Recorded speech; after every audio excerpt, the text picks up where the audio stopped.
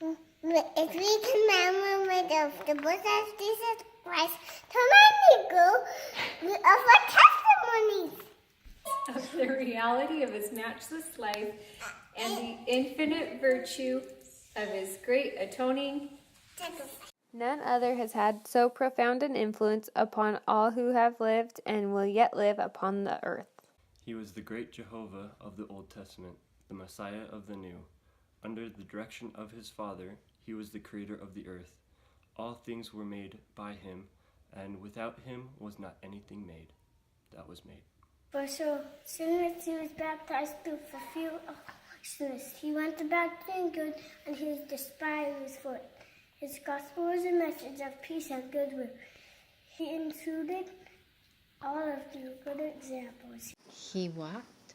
He walked in the Palestine, healing the dead on Calvary's cross. Healing the sick. Healing the sick.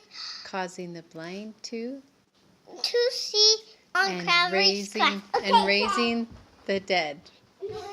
He taught the truths He taught the truth of eternity, the reality of our premortal existence, the purpose of our life on earth, and the potential for the sons and daughters of God in the life to come. He instituted the sacrament as a reminder of his great atoning sacrifice.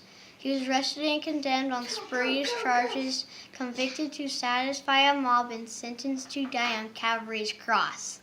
He gave his life to atone for the sins of all mankind. His was a great vicarious gift in behalf of all who would ever live upon the earth. We solemnly testify that his life, which is central to all human history, neither began at Bethlehem nor concluded on Calvary. He was the firstborn of the Father, the only begotten in the flesh, the Redeemer of the world. He rose from the grave to become the first fruits of them that slept. As risen Lord, he visited those he had loved in life. He also ministered to his other sheep in ancient Americas. In the modern world, he and his father appeared to the boy Joseph Smith, ushering in the long-promised dispensation of the fullness of times. Of the living Christ, the prophet Joseph wrote, "His eyes were as a flame of fire, the hair of his head was white like the pure snow, his countenance shone above the brightness of the sun, and his voice was as the sound of the rushing of great waters, even the voice of Jehovah, saying, I am the first and the last. I am he who liveth. I am he who was slain. I am your advocate with the Father." Of him the prophet also declared, "And now after the many testimonies which have been given of him, this is our testimony last of all, which we give of him, that he lives." For we saw him even on the right hand of God, and we heard the voice bearing record that he is the only begotten of the Father. That by him, and through him, and of him, the worlds are and were created, and the inhabitants thereof are begotten sons and daughters unto God. We declare in words of solemnity that his priesthood and his church have been restored upon the earth, built upon the foundations of apostles and prophets, Jesus Christ himself being the chief cornerstone.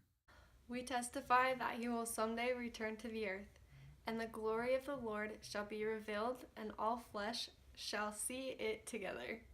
He will rule as King of kings and reign Lord of lords, and every knee shall bend, and every tongue shall speak in worship of him. We will stand to be judged according to the works and the desires of our hearts. We bear testimony as his duly ordained apostles that Jesus is the living Christ, the immortal Son of God. He is the great King Emmanuel who stands today on the right hand of his Father. He is the light, the life, and the hope of the world. His way is the path that leads to happiness in this life and eternal life in the world to come. God be thanked for the matchless gift of his divine Son.